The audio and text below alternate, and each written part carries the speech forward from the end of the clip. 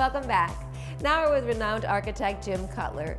Though based in the Pacific Northwest, Jim has designed projects all over the world. One of his newest is this unique Connecticut residence. This home showcases his approach to design. It actually embraces the bucolic surroundings into its physical plan, making it not just in nature, but of nature. See for yourself.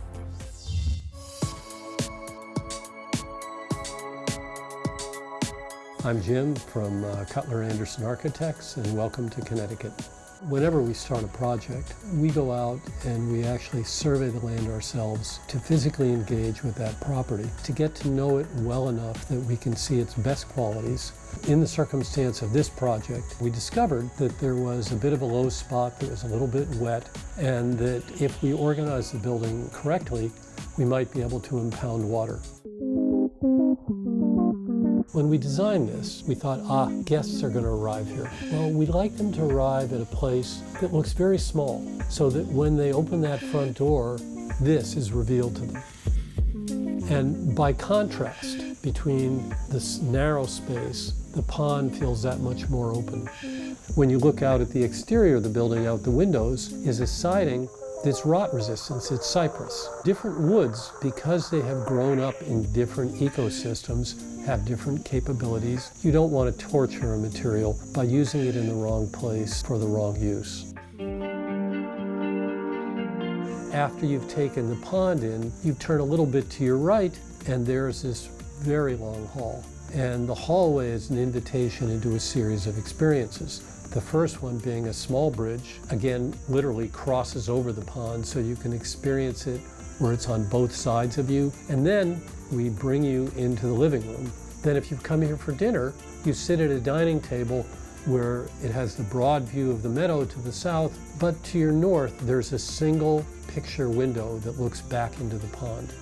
The doors in the living room we designed at 5 feet wide so that people could, in actually groups of 2, freely move from inside to outside onto the terrace that then opens up into the broad meadow. A lot of our work, people will say, is emotionally green, and consequently we try to have our buildings be technically green.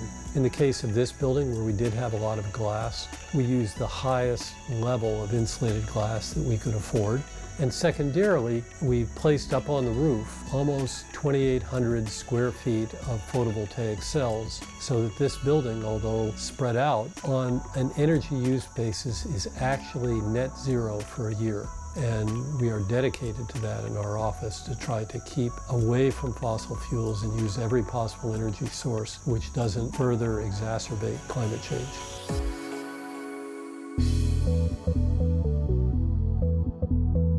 In the bedroom wing of the house, we have a master suite and 2 children's bedrooms. They're divided up in such a way that the parents, who will be here long after the kids grow up and move away, have the best view looking out over the meadow. But the children's rooms are also located and placed in such a way that they have beautiful views on one side into a forest and uphill meadow, and the other into these gorgeous linden trees with curved branches, almost like looking into a sculpture.